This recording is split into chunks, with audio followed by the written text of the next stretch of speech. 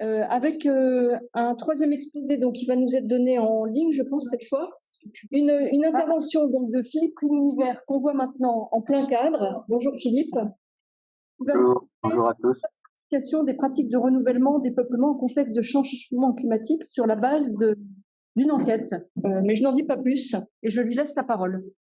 Bon, donc je vais essayer de vous parler de la diversification des pratiques de renouvellement des peuplements en contexte de changement climatique au travers d'une enquête nationale qu'on a fait sur les initiatives atypiques de renouvellement, donc dans le cadre de l'expertise collective CREF, dont vous avez peut-être entendu parler, qui veut dire coupe rase renouvellement des peuplements forestiers en contexte de changement climatique, qui a été pilotée par JP Fort, qui vient de se terminer par un rapport de près de 900 pages dont vous pourrez vous repaître dès qu'il sera sorti. Donc c'est Céline Perrier qui a fait le PowerPoint et l'enquête a été menée par Morgane Delay. Donc moi je suis qu'un faire-valoir.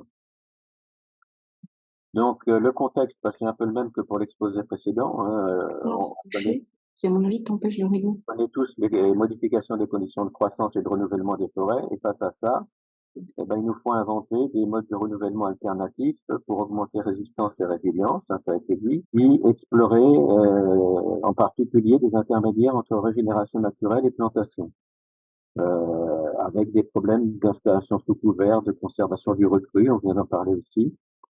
Donc nous, on s'est posé la question de regarder ce qui se passait sur le terrain, dresser un panorama de l'existant, la diversité de l'existant, est-ce qu'on peut en apprendre en faisant une enquête nationale auprès d'un certain nombre de participants qui sont des adhérents la plupart du temps du RMT à force, hein, c'est le RMT à force XLPF qui a mené l'enquête, donc surtout des correspondants changement climatique, CRPF, ONF, coopératives, donc chambre d'agriculture, propriétaires, etc. Donc de 2021 à 2022, on a fait une enquête nationale avec comme ligne directrice essayer de se focaliser sur les initiatives de renouvellement qui se démarquent de la plantation monospécifique en plein, régulière et dense, après toute phase. Donc ça paraît quelque chose d'assez limité, mais en fait c'est la majorité de ce qui se fait jusqu'ici, hein, plantation monospécifique en plein, après toute phase, ou qui présente un intérêt donc face au changement climatique. Donc, on a envoyé un certain nombre d'emails, etc. On a balayé très large et on a récolté 143 initiatives.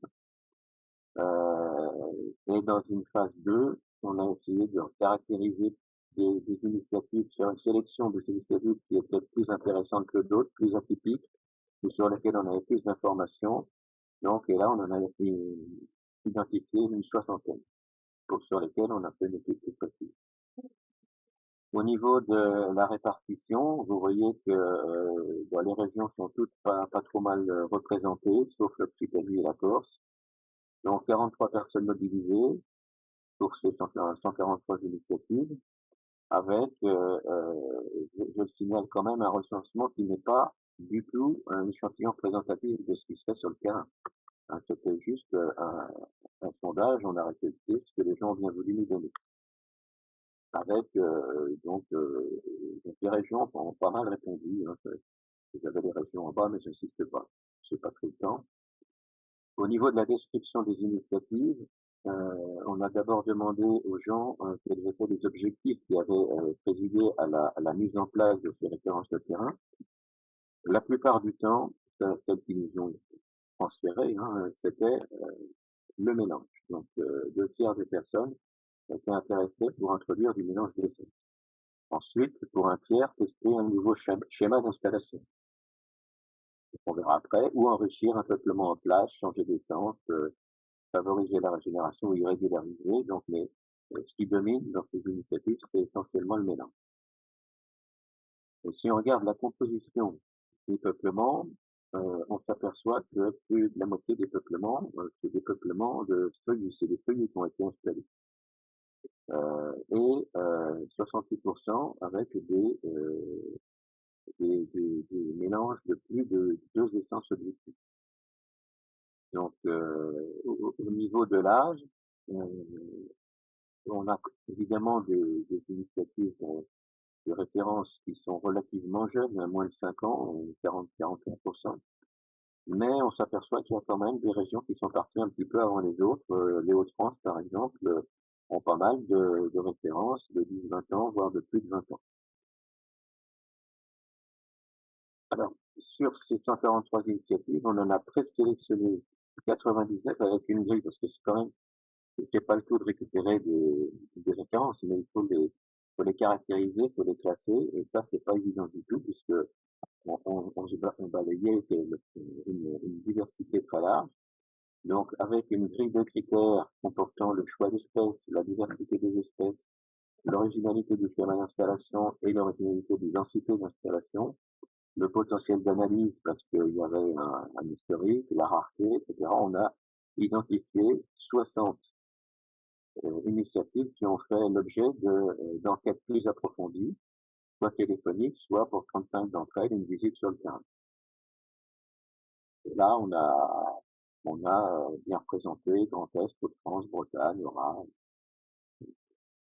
Et donc, c'est Morgane Delay, donc notre chargé de mission qui a fait les visites. Donc, sur cette sélection d'initiatives, on va dire, plus carrées, de 60 références, les objectifs, essentiellement, pour plus de la moitié, c'était la recherche d'un apport de diversité, dans lequel on trouve, comme je l'ai dit tout à l'heure, le mélange et l'enrichissement. Les déclencheurs pour mettre en place ces initiatives de renouvellement, c'était pour la moitié du temps, le cas où l'avenir du peuplement était compromis. Donc on cherchait à renouveler, mais d'une autre façon. Et puis pour un tiers des cas, c'est un peuplement arrivé à maturité. Donc qu'est-ce qu'on fait? Est-ce qu'on coupe tout par an et qu'on retente en régulier, ou est-ce qu'on cherche autre chose? Donc là, on cherchait autre chose. Au niveau des types de renouvellement représentés dans la sélection, bon, on a identifié, il doit y avoir 5 types de renouvellement. Le boisement en plein, donc là on partait de terrain agricole, ça a été, ou d'Autriche, ça a été un cas assez peu fréquent. Le reboisement en plein, donc derrière un peuplement. Le reboisement par point d'appui ou placeau, comme on veut. L'enrichissement, donc un enrichissement qui correspond à quelque chose qui va enrichir soit un peuplement en place, soit un recul, mais tout ce qui est planté ne constitue pas le peuplement définitif, et on se sert de la matrice précédente pour compléter le peuplement final, et puis la génération naturelle. Donc, et puis on a un certain nombre de schémas d'installation qui sont parfois très, très divers et très complexes et très difficiles à décrire. Donc, alors on s'aperçoit au milieu de tout ça que eh ben, les feuillus sont toujours majoritaires dans les préoccupations des gens. Bon, on dit souvent, on est en train d'originer la forêt française. Bon, là, c'est pas du tout représentatif du reboisement, mais dans l'imaginaire des gens qui se posent des problèmes sur le terrain, des techniciens, les réponses qu'ils cherchent à apporter, c'est quand même plutôt en feuillu qu'en résineux. Au niveau de l'évolution par rapport au peuplement qu'il y avait avant, donc là, si on parle pas de terre agricole, mais juste de peuplement reconstitué, eh bien, par rapport au peuplement d'avant, on a une augmentation du nombre d'essences objectives. 2, 3 ou plus essences objectives. On a une diminution de l'installation des résineux purs, et puis on a une augmentation de la diversité des espèces par rapport au peuplement d'origine. Donc espèces pas forcément objectives, mais aussi des espèces auxiliaires. Donc sur les espèces, on a recensé 26 espèces feuillues et 15 espèces résineuses qui ont été citées comme étant installées dans ces réserves.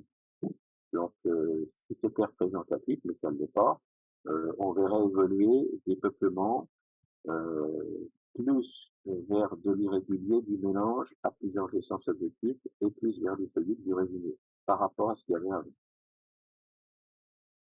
Bon, pour terminer, sur le degré de satisfaction, quand on a posé la question aux gens, degré de satisfaction, en général, c'était pas trop mauvais, hein, presque 80% des gens étaient relativement satisfaits, dont les 3/4 pensaient qu'il y avait intérêt à reproduire ce qu'ils avaient déjà mis en place, et même 2/3 l'avaient déjà réinstallé à d'autres endroits. La moitié de ceux qui s'étaient pas satisfaits, en fait, c'est des initiatives d'enrichissement qui sont complètes. Bon, je passe sur ça, c'était un exemple. de plantations mélangées, juste avec 50%, 2 essences de gouda châtaignier, les différents motifs possibles de mélange avec 2 essences, soit pied à pied, soit en ligne, soit en plateau.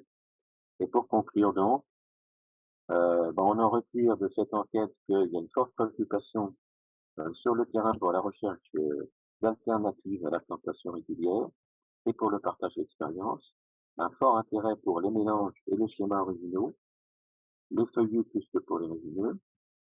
Euh, cette diversité qu'on a mis en évidence, donc je le répète, c'est partiel hein, et c'est partial, c'est un panorama de ce qui existe. Et ça servira de référence. On a un catalogue en cours pour les 60 initiatives, un catalogue pour des études plus approfondies. Et les limites de ce genre d'enquête, eh ben, c'est la description des dispositifs, parce que on a trouvé tout et n'importe quoi, enfin pas n'importe quoi, mais un peu de tout. Le recul est la plupart du temps insuffisant, parce qu'on a des peuplements même de 10 ou 20 ans, on aimerait bien savoir ce qui restera à 50 ans. Et les critères de réussite qu'on a proposés aux gens sont pas toujours très clairs. On pourra y venir. Et moi, je pense qu'il faut pas faire croire que c'est facile. On voit ça dans les journaux maintenant, tous les jours, il y a des tribunes dans le monde, comme quoi la solution pour le changement climatique, c'est de planter du mélange, c'est de planter sous couvert, et puis que la nature va faire le reste. Et puis, en fait, non, c'est beaucoup plus compliqué que ça. Il y a encore beaucoup de tâtonnements avant d'obtenir des résultats probants et surtout à un coût raisonnable. Et le problème du coût, là, qui était toujours, on a relevé ce qu'on a pu, mais c'est toujours compliqué à chiffrer. Toutes ces initiatives sont plus coûteuses que la plantation. En fait. Voilà, donc à partir de là, je pense qu'il faut continuer avec une concertation collective nationale, un petit peu dans le genre de ce qui a été dit pour Edith tout à l'heure, au niveau national. Voilà, merci à tout le monde, à tous ceux qui ont participé à l'enquête dans les 10 régions.